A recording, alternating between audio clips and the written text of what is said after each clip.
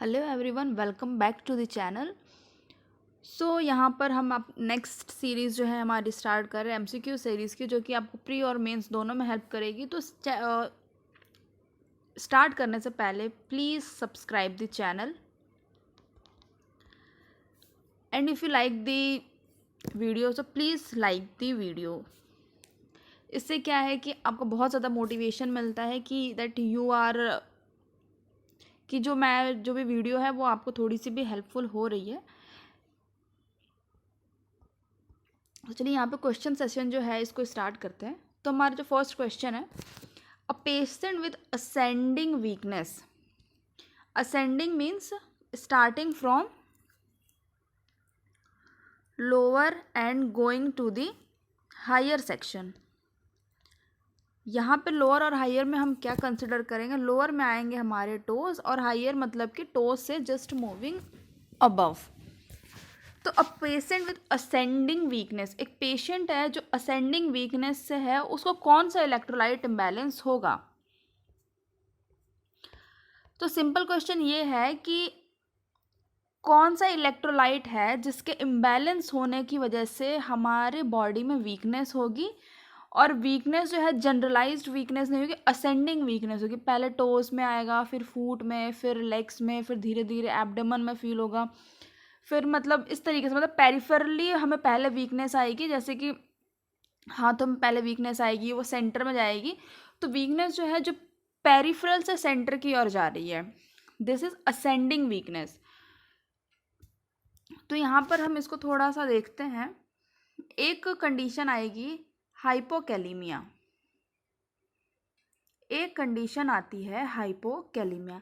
Hypokalaemia में जो होता है, अगर किसी को हाइपोकैलीमिया है तो दो तरीके की, फिर उसके बाद जो क्लिनिकल सिम्टम्स हैं वो दो तरीके के क्लिनिकल सिम्टम्स आते हैं। पहला है एब्डोमिनल डिस्टेंशन एंड जो सेकंड है वो होगा मसल वीकनेस। पहला हाइपोकैलीमिया। हाइपोकैलीमिया क्या है? Low potassium level, low potassium level is hypokalaemia.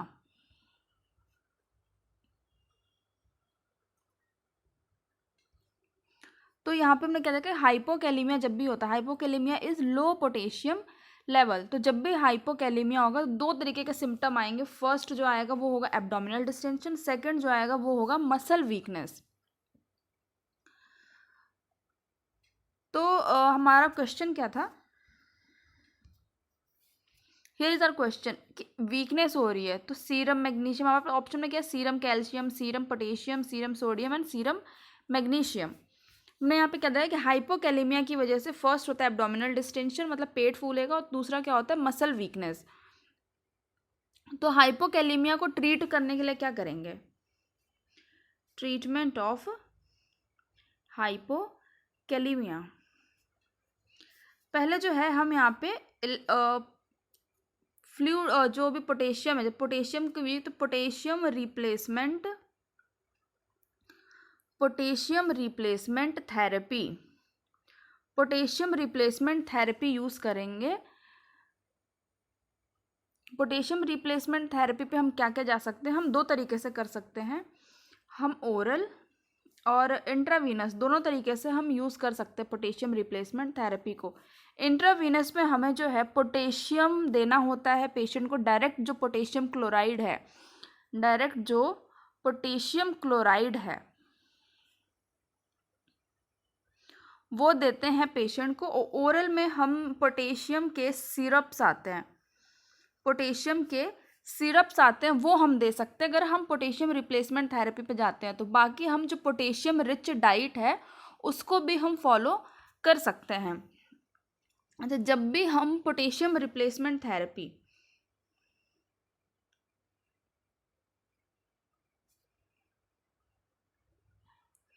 जब भी हम बात करते हैं पोटेशियम रिप्लेसमेंट थेरेपी की, और हम पोटेशियम जब आईवी दे रहे हैं, जब भी हम बात करते हैं पोटेशियम रिप्लेसमेंट थेरेपी की और पोटेशियम जो है हम आईवी दे रहे हैं, आईवी मीन्स पोटेशियम क्लोराइड देते हैं, तो हमें हमेशा इसको जो है डाइल्यूशन में देना होता है, हमेशा पोटेशियम को हमें डाइल्यूशन में देना होता है 100 ml नॉर्मल सलाइन के साथ हमें डाइल्यूट करके ओवर एन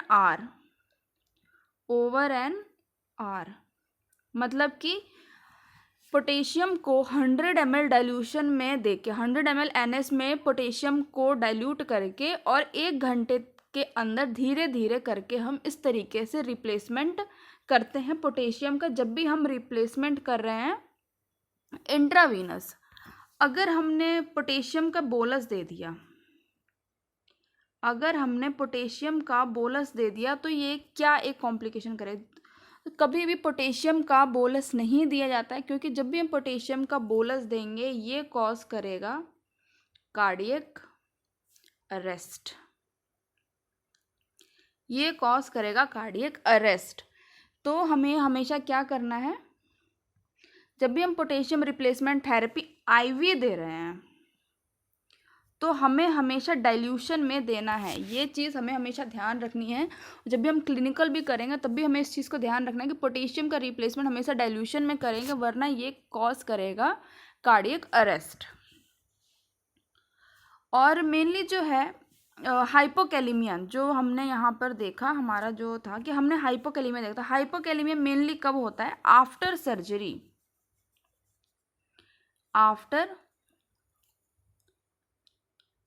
आफ्टर सर्जरी जो है मोस्टली हमें जो है हाइपोकैलेमिया देखने को मिलता है, because of the function of adrenaline gland. वहाँ पे एक बहुत ज़्यादा डिटेल हो जाएगा। Because of the function of adrenaline gland जो है वहाँ पे बहुत ज़्यादा फंक्शन करेगा और पोटेशियम का एक्सक्रीशन स्टार्ट हो जाएगा। तो कभी भी देखा है जब भी कोई पेशेंट जो है सर्जरी के बाद आता है तो उसको हमेशा एब्डोमिनल डिस्टेंशन एग्जामिन करते हैं कि एब्डोमिनल डिस्टेंशन तो नहीं हो रहा है, क्योंकि उसके बाद जैसे सर्जरी करके आए तो वहाँ पे क्या जो एड्रेनालिन जो है, sorry not adrenaline, aldosterone, so sorry not adrenaline, it's aldosterone.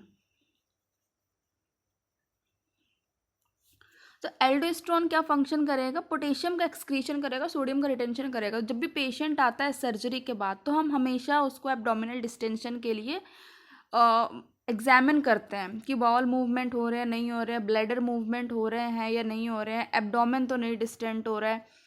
तो आफ्टर सर्जरी जो है हमें अक्सर हाइपोकैलेमिया देखने को मिलता है, और हाइपोकैलेमिया के बाद अक्सर जो है एब्डोमिनल डिस्टेंशन और मस्कुलर वीकनेस देखने को मिलता है। तो हमारा यहाँ पर क्वेश्चन क्या है,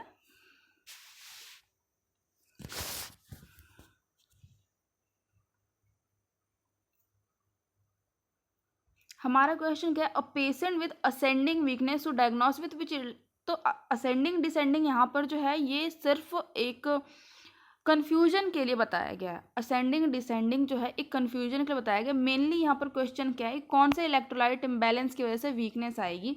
तो हमने देखा सीरम पोटेशियम, लो सीरम पोटेशियम होगा तो यहाँ पर इलेक्ट्रोलाइट इम्बैलेंस आएगा। 3.5 to 5.1 मिलीकूलेंट पर लीटर जो है ये इसका नॉर्मल लेवल होता है।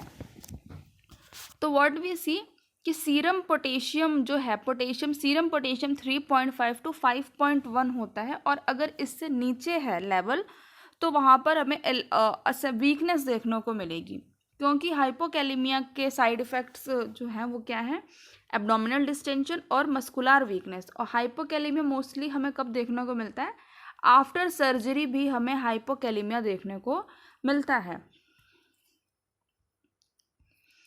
ट्रीटमेंट क्या है, ओरल रिप्लेसमेंट कर सकते हो, आईवी रिप्लेसमेंट कर सकते हैं हम पोटेशियम का। ओरल में हम डाइट के थ्रू भी जा सकते हैं, जिसमें हम पोटेशियम रिच जैसे कोकोनट वाटर और बनाना और टोमेटोज दे सकते हैं। और पोटेशियम के सिरप्स आते हैं, जैसे पोर्ट क्लोर है, ये सब पोटेशियम क्लोराइड के सिरप्स आते हैं, तो ये हम दे सकते हैं। दूसरा जो है हमारा आईवी थेरेपी के थ्रू हम मेंटेन कर सकते हैं। पोटेशियम हम डायरेक्ट देते हैं पेशेंट को। देते कैसे हैं, जब भी पोटेशियम रिप्लेसमेंट थेरेपी करते हैं हम आईवी से, तो हम हमेशा उसको डाइल्यूशन में देते हैं, हम हमेशा उसको डाइल्यूशन में देते हैं। 100 ml over an hour dilution में देंगे। और अगर आपने बोलस दे दिया गलती से, if you don't have knowledge, और आपने पोटेशियम का बोलस दे दिया, तो ये कार्डियक अरेस्ट कराएगा और पेशेंट की डेथ हो जाएगी। इसलिए कभी भी पोटेशियम को बोलस नहीं देना है। तो यहाँ पर with a very vast range of rational हमने यहाँ पे डिस्कस किया कि इलेक्ट्रोलाइट, कौन से इलेक्ट्रोलाइट इम्बैलेंस होने की वजह से वीकनेस होगा। तो हमारा करेक्ट ऑप्शन है ऑप्शन बी, जो सेकेंड आंसर है serum potassium level. Correct answer is option B. Next question, which anti Parkinson's drug tolerance और टॉक्सिसिटी इफ टेकन ओवरडोज। कौन सी एंटी पार्किंसंस ड्रग है जो कि हमने बहुत ज़्यादा अमाउंट में लिया है तो हमें उसकी टॉक्सिसिटी हो जाएगी। क्वेश्चंस वांट टू से कि एक एंटी पार्किंसंस ड्रग है जिसकी, जो कि पेशेंट जो है वो ओवरडोज ले रहा है, जिसकी वजह से उसको टॉलरेंस हो गया है या तो टॉक्सिसिटी हो गई है। मतलब एक इंडिविजुअल एंटी पार्किंसंस ड्रग को बहुत ओवरडोज कर रहा है जिसकी वजह से उसको टॉलरेंस हो गया या टॉक्सिसिटी हो गई है। तो ये वो एंटी पार्किंसंस ड्रग कौन सी है। मतलब बेसिकली आपको यहाँ पर ये बताना है कि इन चारों में से एंटी पार्किंसंस जो ड्रग है वो कौन सी है। तो चलिए यहाँ पे हमारा जो ये फर्स्ट है, पहले ये जो दो हैं इमिप्रेमाइन और सर्ट्रेलिन, ये जो है एक एंटी डिप्रेसिव ड्रग है। एंटी डिप्रेसिव ड्रग है, मतलब ये जो ड्रग्स हैं ये हम यूज़ करते हैं डिप्रेशन में। ये जो एंटी पार्किंसंस ड्रग हमें बतानी है यहाँ पर, तो हमें पहले देखना है कि कौन सी है वो एंटी पार्किंसंस ड्रग। तो इमिप्रेमाइन और सर्टेलिन जो है ये एंटी डिप्रेसिव ड्रग हैं और ये यूज़ करते हैं डिप्रेशन के ट्रीटमेंट में। जिसमें से जो इमिप्रेमाइन है ये ट्राईसाइक्लिक एंटी डिप्रेसेंट है और सर्टेलिन जो है सिलेक्टिव सीरोटोनिन रीअपटेक इनहिबिटर्स है। क्या है टीसीए, क्या है ट्राईसाइक्लिक एंटी डिप्रेसेंट, और दूसरा क्या है selective serotonin reuptake inhibitors.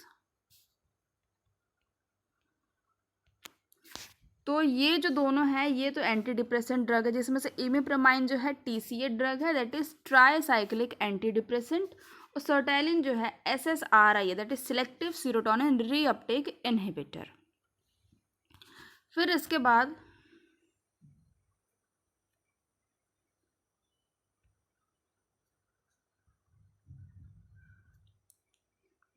You will see है कार्बोडोपा एंड लीवोडोपा।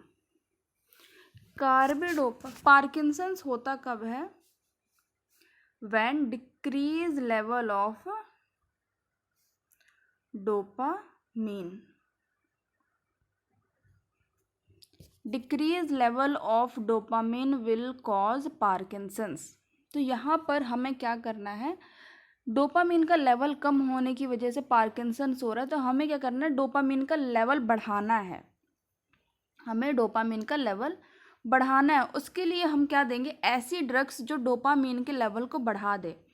तो लीवोडोपा, लीवोडोपा जो ड्रग है this will increase level of dopamine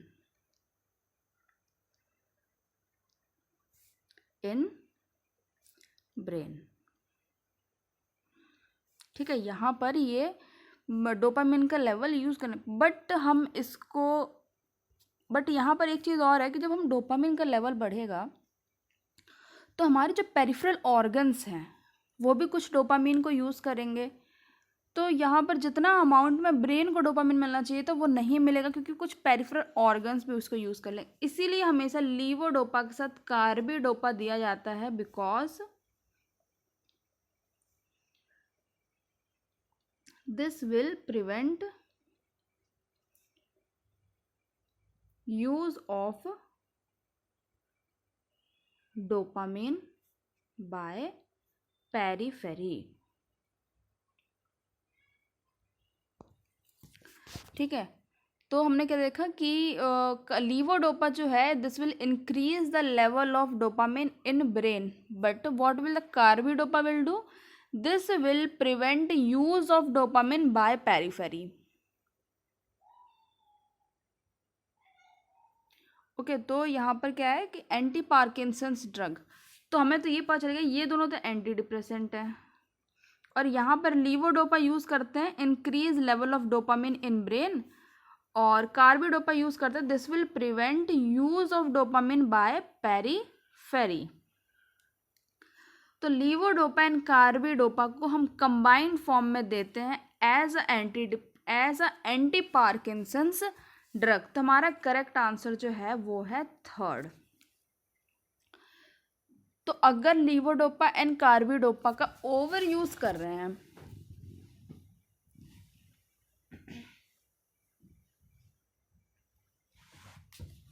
levodopa और कार्बिडोपा जो ड्रग है इनका ओवर यूज कर रहे हैं, तो यू नो कि over use of any drug will lead either tolerance और टॉक्सिसिटी। ज़्यादा यूज़ करेंगे या तो टॉलरेंस हो जाएगा या तो टॉक्सिसिटी हो जाएगी ड्रग की। तो हमारा क्वेश्चन यही है, which anti Parkinson's drug tolerance और toxicity taken overdose. And simple सी बात ये है कि यहाँ पे आपको बताना है कि एंटी पार्किंसंस ड्रग कौन सी है। तो हमारा जो थर्ड है levodopa and carbidopa is a anti Parkinson's drug.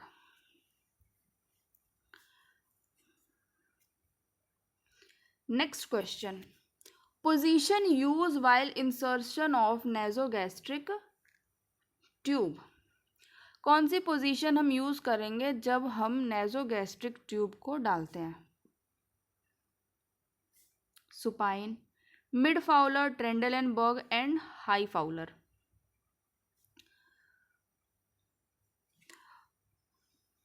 तो जब भी हम नेजोगैस्ट्रिक ट्यूब को यूज करते हैं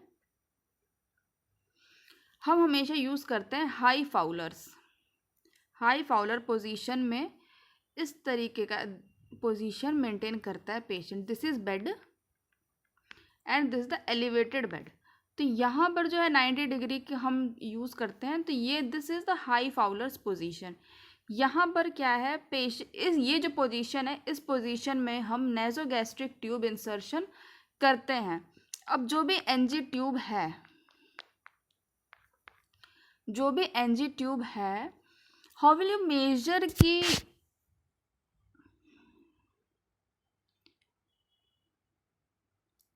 आप कैसे मेजर करेंगे कि मतलब कितना हमें इंसर्ट करना है? तो नेजोगैस्ट्रिक ट्यूब का मेजरमेंट होता है ईयर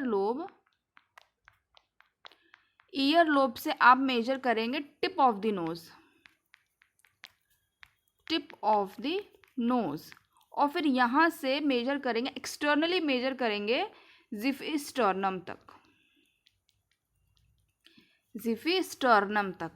है ना। नाक से लेके आप ईयर लोब पे रखेंगे। एनजी ट्यूब जो है उसकी टिप को हम रखेंगे ईयर लोब पे। ईयर लोब से हम सीधे स्ट्रेच करते हुए, है ना, ईयर लोब पे रखेंगे। ईयर लोब से सीधे स्ट्रेच करते हुए हम जाएंगे नोज तक। नोज से फिर हम सीधे डाउन स्ट्रेच करेंगे जिफिस्टर्नम तक। तो इतना जो डिस्टेंस है, इतना डिस्टेंस हमें जो है इतना जो हमारा डिस्टेंस आएगा ये ऑलमोस्ट हमारा 50 to 55 सेंटीमीटर्स तक आ जाता है। तो इतना जो है ट्यूब को हमें इंटरनली इंसर्ट करना है, और इंसर्ट करते टाइम हम हमेशा हाई फाउलर्स पोजीशन यूज़ करते हैं। कोई भी हम ट्यूब जब पेशेंट की बॉडी में इंसर्ट करते हैं तो हमें यहाँ पर हमेशा उसको कंफर्म करना होता है placement. Always confirm the placement, placement of the tube. और कोई भी ट्यूब आप बॉडी में इंसर्ट करते हैं, चाहे वो ईटी ट्यूब हो, चाहे वो टीटी ट्यूब हो, चाहे कोई सी भी ट्यूब हो, हमेशा उसका जो कन्फर्मेटरी डायग्नोसिस है कन्फर्मेशन जो है हमेशा हमें होगा एक्सरे से। अगर ऑप्शन में आपको कुछ भी आता है बट वहाँ ऑप्शन में हमारे पास एक्सरे भी होता है तो हमेशा हमारा आंसर जाएगा एक्सरे। एनजी ट्यूब की जो प्लेसमेंट है,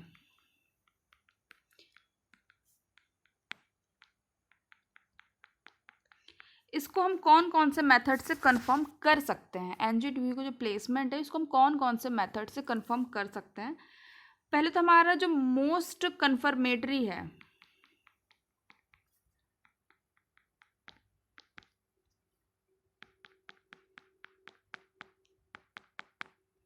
मोस्ट कंफर्मेटरी वो तो हमारा एक्सरे होता है। बट व्हाट अगर एग्जाम में एक्सरे नहीं है तो? एग्जाम में अगर एक्सरे नहीं है तो हमारा जा सकता है second, aspiration. Aspiration of gastric content.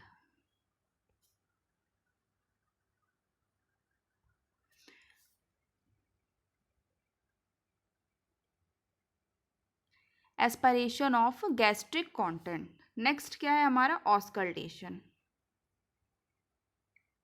मतलब जब भी आप सिरिंज लगा के ऐसे बैक करोगे, एस्पायरेट करने की कोशिश करोगे तो गैस्ट्रिक कंटेंट आएगा। इसका मतलब कि ट्यूब जो है स्टमक में है तभी तो गैस्ट्रिक कंटेंट आ रहा है। अगर वहाँ से नहीं आ रहा है, गैस्ट्रिक कंटेंट नहीं आ रहा है, दिस मीन्स कि ट्यूब जो है वो स्टमक में नहीं है, या तो वो अपर पोर्शन में जैसे ईसोफेगस में, या तो वो रेस्पिरेटरी ट्रैक में है। दूसरा हम ऑस्कल्टेट करेंगे। ऑस्कल्टेट करेंगे तो हमें एक वूजिंग साउंड सुनाई देगी, हमें एक वूजिंग साउंड सुनाई देगी एब्डोमेन में। तो हम कौन कौन से मेथड यूज़ करते हैं एनजी ट्यूब का प्लेसमेंट चेक करने के लिए? हम कौन कौन से मेथड यूज़ कर सकते हैं? मोस्ट कन्फर्मेटरी मेथड तो हमारा एक्सरे ही है। अगर एक्सरे एग्ज़ाम में आता है तो हमारी प्रायोरिटी जो है वो एक्सरे ही होनी चाहिए। हमारी जो प्रायोरिटी है वो हमेशा एक्सरे ही होनी चाहिए। अगर एग्ज़ाम में एक्सरे नहीं है तो हम सेकंड प्रायोरिटी जो है वो एस्पायरेशन को दे सकते हैं, और थर्ड प्रायोरिटी जो है वो ऑस्कल्टेशन को दे सकते हैं।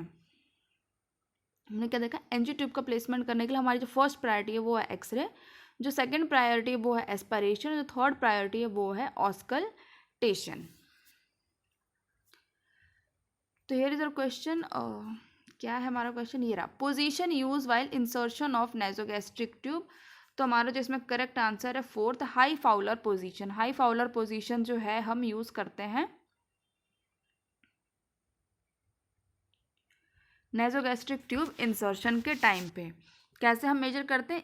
एनजी ट्यूब कितना हमें इंसर्ट करना है वो हम मेजर करेंगे ईयर लोब से लेकर टिप ऑफ द नोज तक, वहाँ से हम मेजर करेंगे जिफी स्टर्नम तक।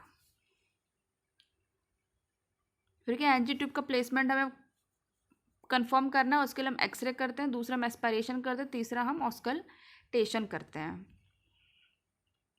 अब एक यहाँ पोजीशन दी है ट्रेंडलेनबर्ग पोजीशन। ट्रेंडलेनबर्ग पोजीशन कौन सी पोजीशन होती है?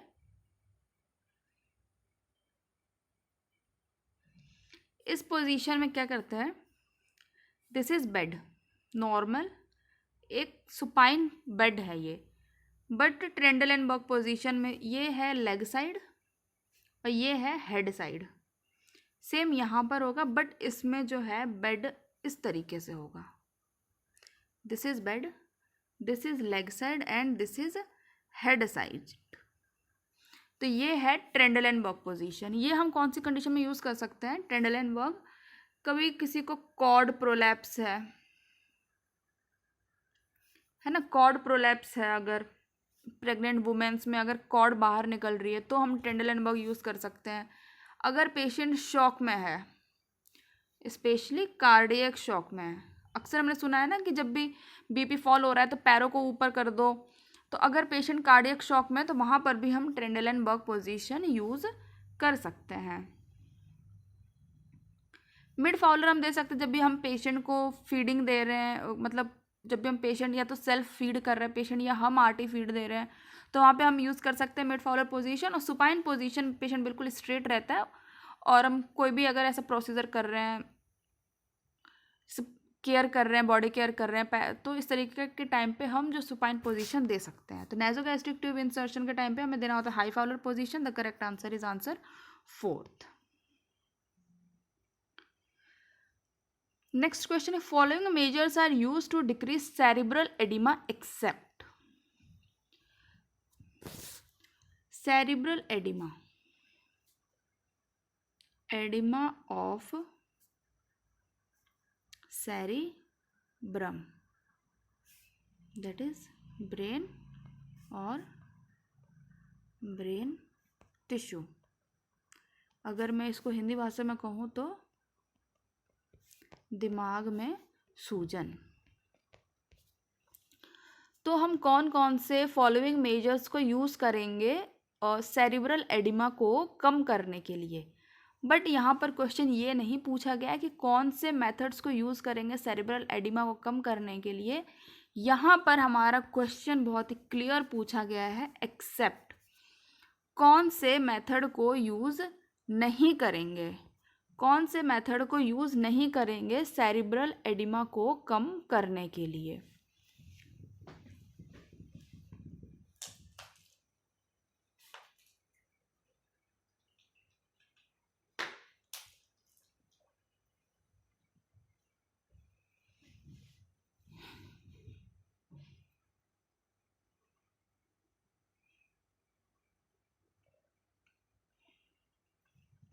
हमारा फर्स्ट ऑप्शन है हाइड्रोकॉर्टिसोन, हाइपर वेंटिलेशन, मैनेंटॉल और डेक्सट्रोज इन्फ्यूजन।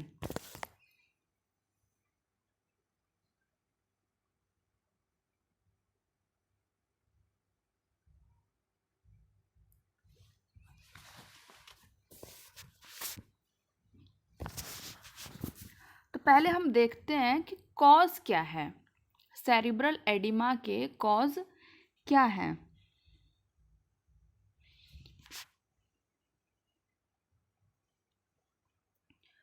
तो पहले हम कॉजेटिव एजेंट देख लेते हैं, किसके, सेरिब्रल एडिमा के। कॉजेटिव एजेंट हम देखते हैं सेरिब्रल एडिमा के। तो देखो कुछ कंडीशंस हम देखते हैं, जैसे कि प्रोजेक्टाइल वॉमिटिंग,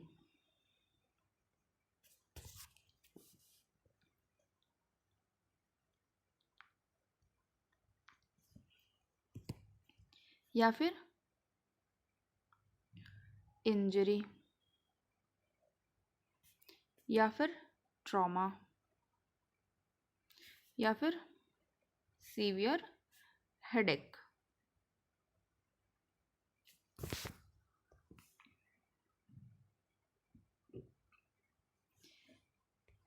या फिर कोई भी रीज़न जिसमें न्यूरॉन्स जो है वो कंप्रेस हो रहे हैं।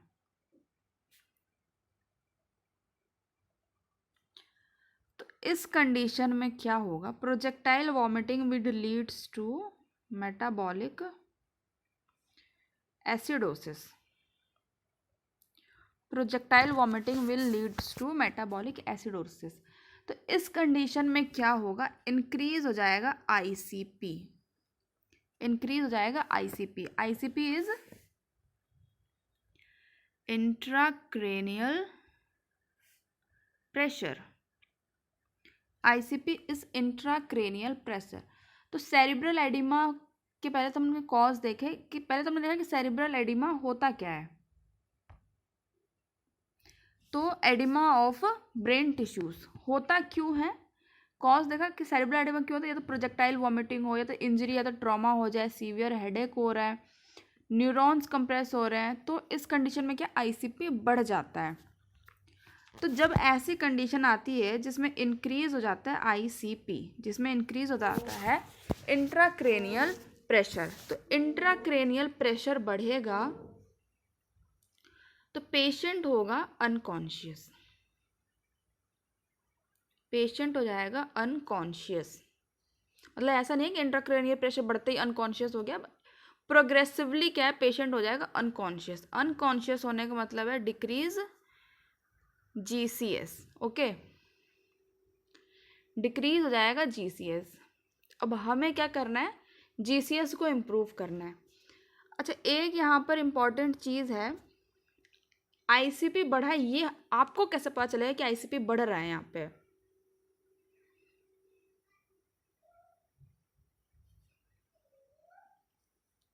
आईसीपी बढ़ रहा है, इसके इंडिकेशंस क्या हैं? आपको कैसे पता चलेगा बाहर से देख के? क्योंकि देखो, आईसीपी बढ़ा है, हर बार हम लंबर पंक्चर तो नहीं कर सकते हैं देखने के लिए कि आईसीपी बढ़ रहा है। हर बार हम लंबर पंक्चर तो नहीं करेंगे देखने के लिए कि आईसीपी बढ़ रहा है। तो कुछ आप एक्सटर्नली कैसे पता कर सकते हो कि आईसीपी बढ़ रहा है? तो पहले हम यहाँ पे ना, कुशिंग ट्रेड होता है, कुशिंग ट्रेड होता है, इसमें 3 चीज़ें आती हैं जिसके बेसिस पे हम ये पता कर सकते हैं कि आईसीपी बढ़ रहा है।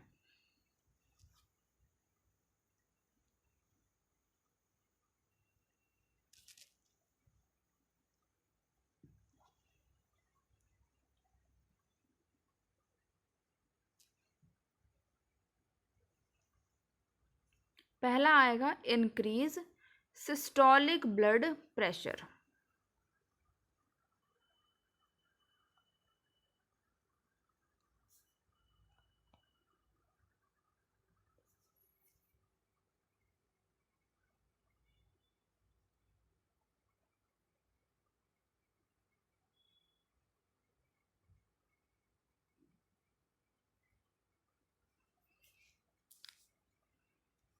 दूसरा क्या है, डिक्रीज पल्स रेट। तीसरा क्या है, डिक्रीज रेस्पिरेशन रेट। तो अगर कोई पेशेंट है जिसमें आप ये तीनों फीचर्स देख पा रहे हैं कि मतलब पेशेंट है, उसका सिस्टोलिक ब्लड प्रेशर भी बढ़ रहा है, पल्स रेट घट रही है, रेस्पिरेशन रेट घट रहा है, तो इस कंडीशन को हम कहते हैं कुशिंग ट्रेड। इसको हम कहते हैं कुशिंग ट्रेड। और ये जो है इंडिकेशन होता है कि इंट्राक्रेनियल प्रेशर बढ़ रहा है। तुमने क्या देखा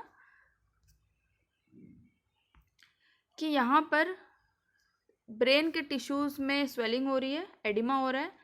एडिमा होने का कारण कुछ भी है, जिसकी वजह से, कारण जो भी है उसकी वजह से क्या है, इंट्राक्रेनियल प्रेशर बढ़ रहा है। इंट्राक्रेनियल प्रेशर बढ़ने के बाद हमें कैसे पता चलेगा कि इंट्राक्रेनियल प्रेशर बढ़ा हुआ है? क्योंकि इंट्राक्रेनियल प्रेशर बढ़ेगा तो हमें एक ट्राइड देखने को मिलेगा जिसको हम कहते हैं कुशिंग ट्राइड।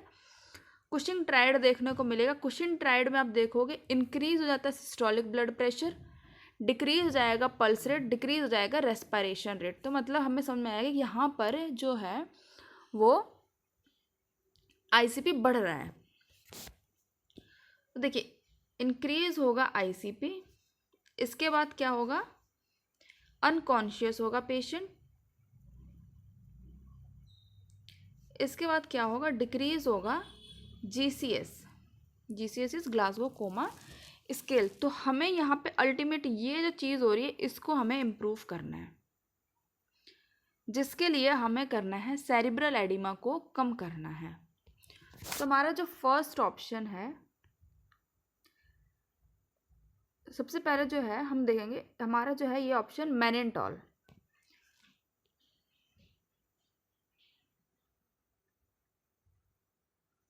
मैनेंटॉल, मैनेंटॉल जो है एक ऑस्मोटिक डायूरेटिक है।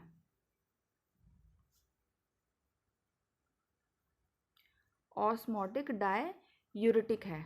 ऑस्मोटिक डायूरेटिक है, ये क्या करेगा, इंक्रीज करेगा urine output.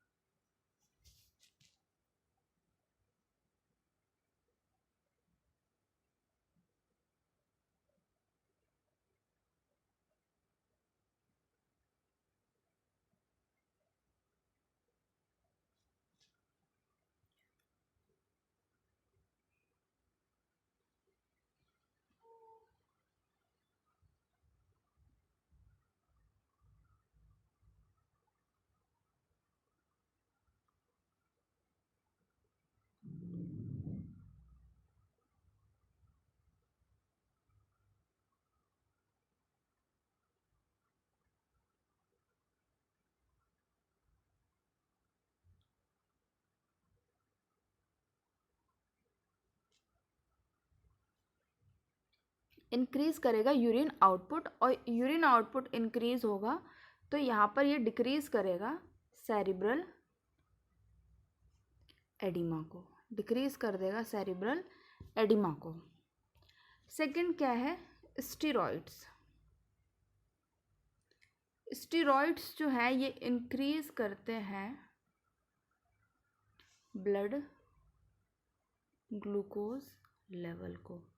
Blood glucose level जो है बढ़ेगा तो यानी ब्लड का कंसंट्रेशन बढ़ेगा, यानी ब्लड का कंसंट्रेशन बढ़ेगा।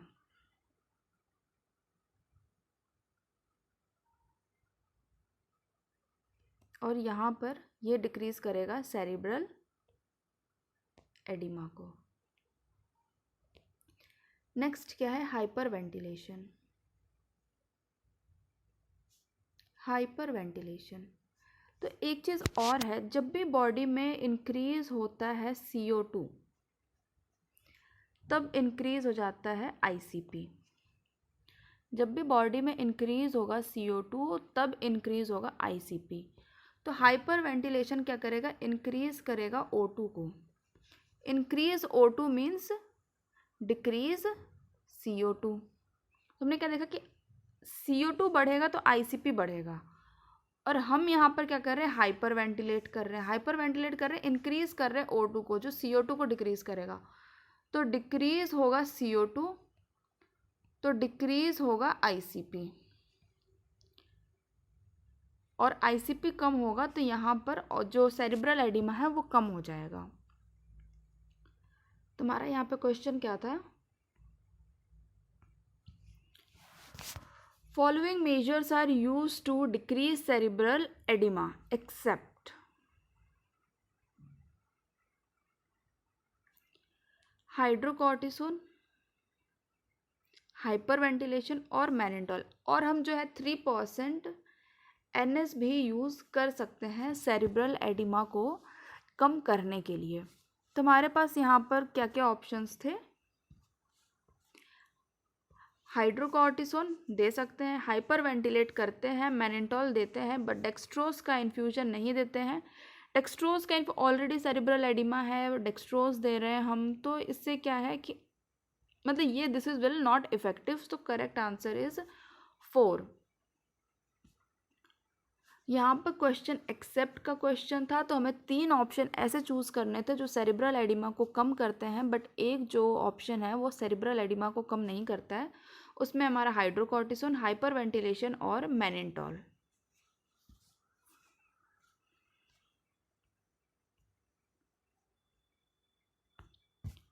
नेक्स्ट क्वेश्चन,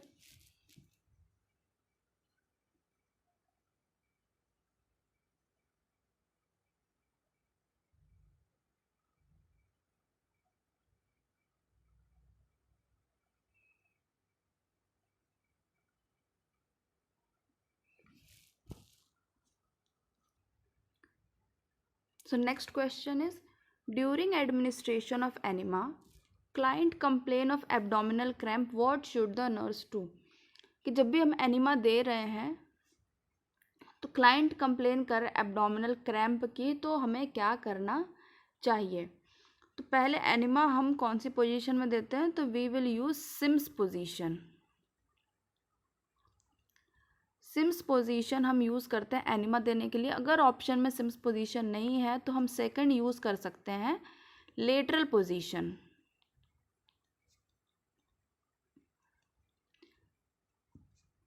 लेटरल में भी अगर लेफ़्ट और राइट का ऑप्शन आए तो हम लेफ़्ट को प्रायोरिटी देंगे। तो सिम्स पोजीशन जो है ये हम एनिमा देने के लिए यूज़ करते हैं। अगर सिम्स पोजीशन ऑप्शन में नहीं है तो हम लेफ़्ट लेटरल पोजीशन यूज़ कर सकते हैं। तो during administration of enema client complain कर रहा है कि उसको एब्डोमिनल क्रैम्प्स हो रहे हैं, तो what we should do, discontinue the procedure, instill the fluid at the slower rate, lower the height of the container, stop the fluid until the cramp subside। तो डिसकंटिन्यू तो हमें प्रोसीजर करना नहीं है क्योंकि हमें एनिमा तो देना ही है पेशेंट को। Instil the fluid at the slower rate, तो यहाँ पर भी उसको क्रैम्प से कोई रिलीव नहीं मिलेगा, lower the height of the container, यहाँ पर भी कोई मतलब नहीं है। तो stop the fluid until the cramps subside, तो कुछ देर के लिए जो भी हम एनिमा दे रहे हैं उसको थोड़ी देर के लिए स्टॉप करेंगे, और जब पेशेंट बोलेगा कि हाँ अभी ठीक है, अब पेन नहीं हो रहा है, तो हम दोबारा से एनिमा की प्रोसेस जो है उसको हम स्टार्ट कर देंगे। So correct answer is option fourth, stop the fluid until the cramp subside. जब तक क्रैम्प्स सही नहीं हो जाते तब तक के लिए फ्लूइड को स्टॉप कर दो, और फिर उसके बाद दोबारा जो है वो एनिमा हम दे सकते हैं। Next question is client with NG tube inserted. Client जो है एनजी ट्यूब इंसर्ट कर रहे before giving the feeding, what should the nurse do first. मतलब एक क्लाइंट है जिसको एनजी ट्यूब इंसर्ट करना है, एक क्लाइंट है जिसको एनजी ट्यूब इंसर्ट कर रहे हैं, मतलब किया हुआ है, तो फीड देने से पहले क्या करना है। एनजी ट्यूब को इंसर्ट किया है तो फीड देने से पहले क्या करना है।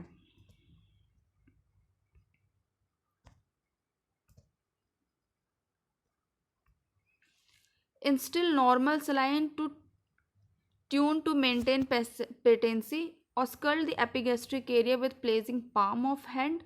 Withdrawal 30 ml of stomach content to confirm the placement. Obtain an X-ray to confirm the placement. तो देखो यहाँ पर मैंने आपको एक्सप्लेन किया था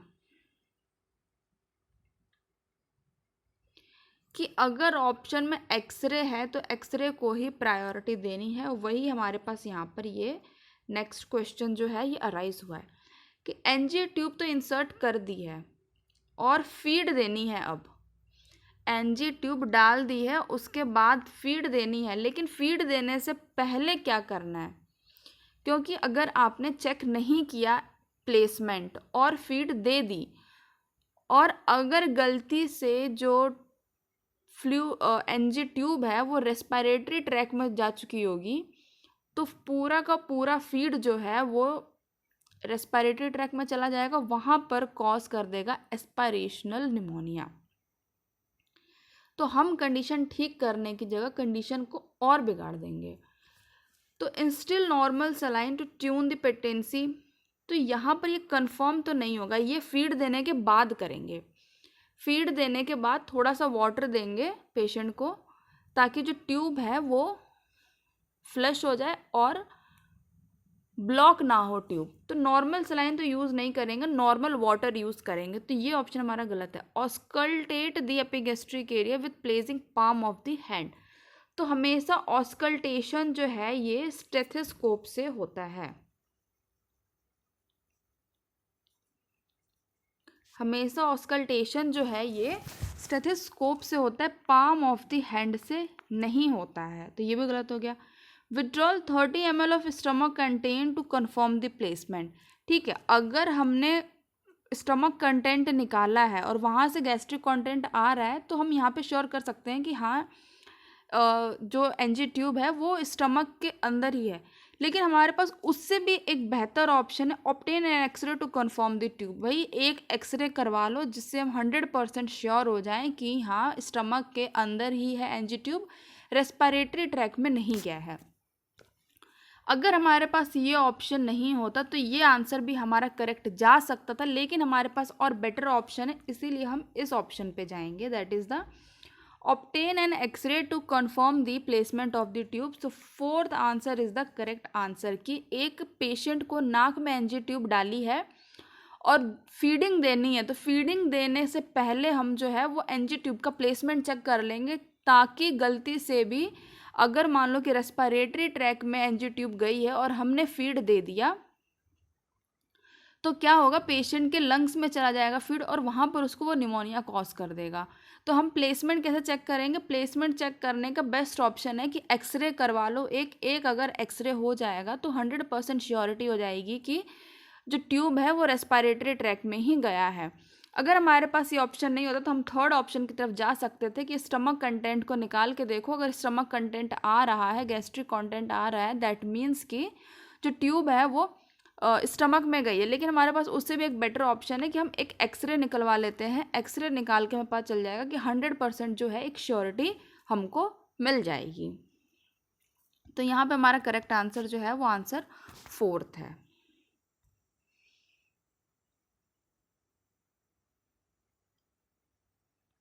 Which clinical finding nurse should observe in a patient with exacerbation of multiple sclerosis?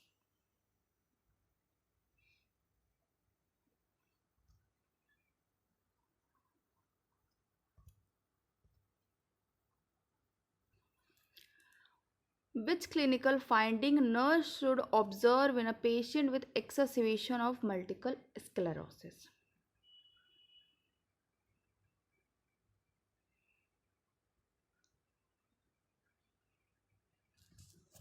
तो पहले हम यहाँ ये देखते हैं कि मल्टीपल स्क्लेरोसिस क्या होता है।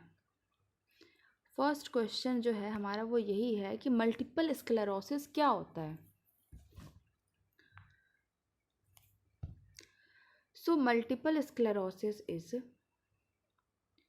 demyelination of central nervous system. Central nervous system में हमारा क्या आ जाता है, brain and spinal cord. Multiple sclerosis में क्या होता है, demyelination of central nervous system, जिसमें आता है हमारा ब्रेन एंड स्पाइनल कॉर्ड। तो जब भी हमारा सेंट्रल नर्वस सिस्टम अफेक्ट होगा तो यहाँ पर दो सिम्टम्स आ जाएंगे। पहला तो आ जाएगा सेंसरी, दूसरा आ जाएगा मोटर। मोटर सिम्टम्स में क्या आ सकते हैं, स्पास्टिसिटी यानी कि स्पास्म आ जाएगा, बॉडी में एक अकड़न आ जाएगी। दूसरा क्या आएगा हमारा, पैरालिसिस। दूसरा क्या है, पैरालिसिस हो सकता है। सेंसरी में हमारे क्या क्या आ सकते हैं, विजन अफेक्ट हो सकती है, ऑडिटरी अफेक्ट हो सकता है एंड ऑल्फैक्शन अफेक्ट हो सकता है। यानी विजन, ऑडिटरी यानी कि लिसनिंग अफेक्ट हो सकती है, ऑल्फैक्शन यानी कि स्मेलिंग अफेक्ट हो सकती है।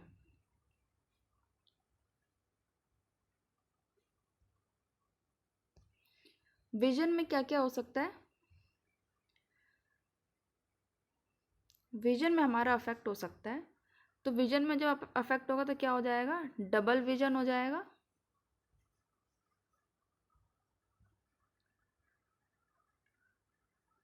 डबल हो जाएगी विजन, या फिर डिक्रीज हो जाएगा विजन। ठीक है, तो मल्टीपल स्क्लेरोसिस में क्या क्या होता है, मल्टीपल स्क्लेरोसिस में क्या होगा, demyelination of central nervous system. Central nervous system के अंदर आ जाता है हमारा ब्रेन और स्पाइनल कॉर्ड। अब सेंट्रल नर्वस सिस्टम जब भी अफेक्ट होगा तो दो सिम्टम्स आएंगे। पहला तो सेंसेशन अफेक्ट होगा, दूसरे जो हमारे मोटर नर्व अफेक्ट होंगे। तो सेंसरी और मोटर दोनों अफेक्ट होंगे। तो जब मोटर अफेक्ट होगा तो उसमें आएगा स्पास्टिसिटी और पैरालिसिस। लेकिन जब सेंसरी अफेक्ट होगा तो वहाँ पे हमारा विजन अफेक्ट हो सकता है, ऑडिटरी अफेक्ट हो सकता है और ऑल्फैक्शन अफेक्ट हो सकता है।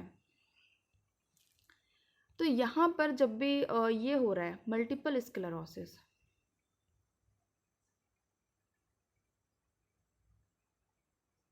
तो ये एक तरीके क्या है, ऑटो इम्यून है। ऑटो इम्यून है। तो क्या हम इसमें ट्रीटमेंट दे सकते हैं, ट्रीटमेंट हम क्या क्या दे सकते हैं, ट्रीटमेंट हम दे सकते हैं एंटी इन्फ्लामेटरी, ट्रीटमेंट हम दे सकते हैं एंटी इन्फ्लामेटरी।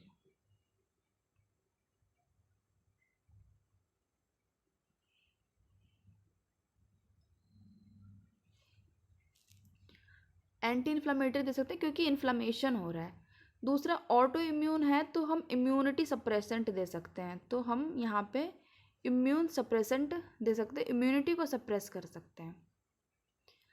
ठीक है, तो हमारा यहाँ पे क्या था, हाँ यहाँ से हमारा जो है क्वेश्चन का आंसर निकलेगा कि सेंसरी अफेक्ट होता है तो विजन, ऑडिटरी, ऑल्फैक्शन अफेक्ट होता है। क्वेश्चन में क्या है, which clinical finding nurse should observe in a patient with exacerbation of multiple sclerosis?